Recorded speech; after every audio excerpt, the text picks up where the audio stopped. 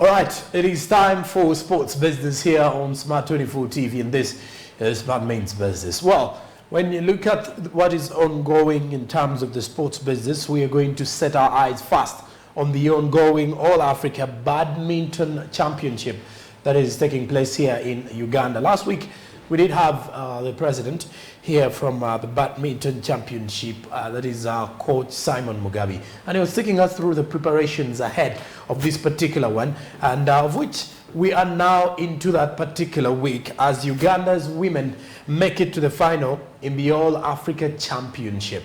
Well, kudos to the lads in there for representing the country so ably well, but if we're to look at this, the women team if you'll excuse me, made it to the final after eliminating South Africa.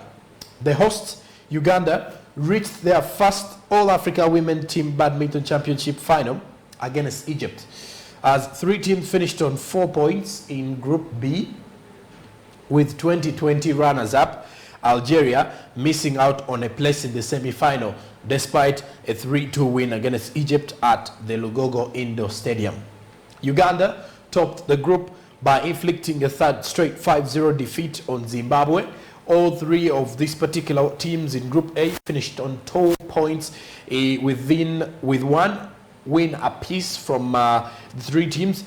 The semi-finals were staged later in the day, with both Egypt and Uganda clinching impressive 3-0 victories, as Uganda's Fadila Shamika, Mohamed Rafi, Tracy Naluoza and Husina Kobgabe all triumphed in straight games against South Africa, as Deidara Lawrence Jordan, Diane Olivier and Emmy Ackman of South Africa. Egypt and Uganda are due to face off for Africa's Uber Cup berth in tomorrow's final. Both tournaments are set to conclude tomorrow, that is Friday. So basically, when you look at this particular one, Algeria, one of Africa's best when it comes to playing badminton, couldn't make it to the women's final. That is the Uber Cup. It's Uganda up against Egypt. That final will be played at the Lugogo Indoor Arena, the MTN Arena at Lugogo. So we definitely wish that things do go well for our Ugandan counterparts, and definitely we hope the women can win this particular tournament. Away from that, we take the next story to the United States, as this particular one sees a deal which values Premier League international rights over domestic rights, as this is the US deal.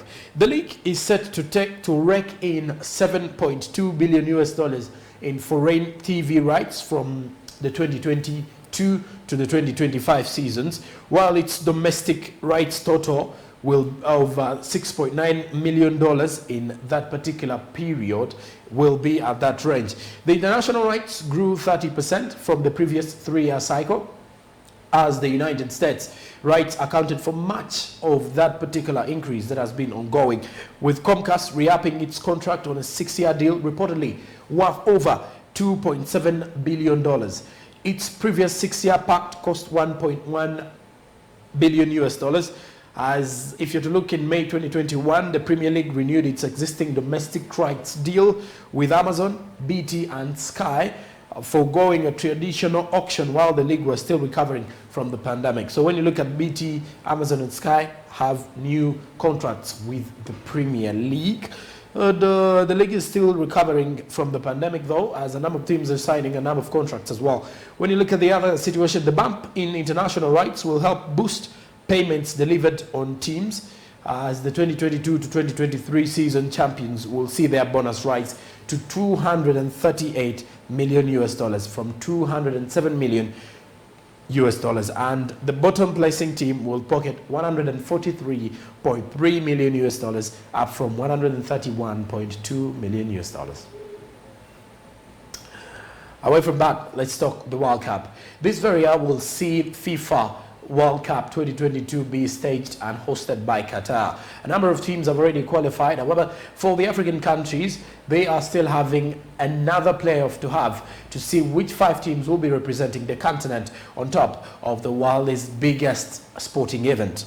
Meanwhile, speaking of the World Cup, this time round there are proposals for the biennial World Cup, as players aligned with UEFA to oppose the biennial World Cup. Soccer players are joining sides with UEFA, the Premier League, La Liga, and the Serie A in their disapproval of the biennial World Cup. The biennial World Cup was a proposal by former Arsenal and Monaco coach, that is Arsene Wenger, who came up with the proposal that the World Cup should be staged every 2 years. However, a number of players and sponsors have greatly stood against this particular proposal. Now, with the situation that is actually happening, FIFA President Gianni Infantino proposed that the event take place every 2 years, starting in 2024, and it's pretty clear why. The governing body earned $6.4 billion between 2017 and 2020, and more than 70% of that came from 2018, when the last World Cup took place. Major European leagues are also at risk of losing money from a biennial World Cup when you look at the sponsorship deals that are always coming in during the World Cup. A number of sponsors always target the World Cup with the fact that it has a lot of viewership and a lot of sponsorships. Well, when you look at this, major European leagues are also at the risk of losing money from a biennial World Cup. A separate study commissioned by domestic leagues found that biennial World Cups would cost UEFA and most domestic leagues a collective $9 billion. Too much money would be lost, definitely. And if you're to look at the situation here, it is also found that the 40 biggest domestic leagues could lose up to $5.6 billion in the media deals if there is a biennial World Cup. A number of players are against this one. Well, let's turn to golf as we speak. The Super Golf League reportedly lures 17 players from the PGA Tour. There is an emerging rival of the PGA Tour, and this particular one is taking shape.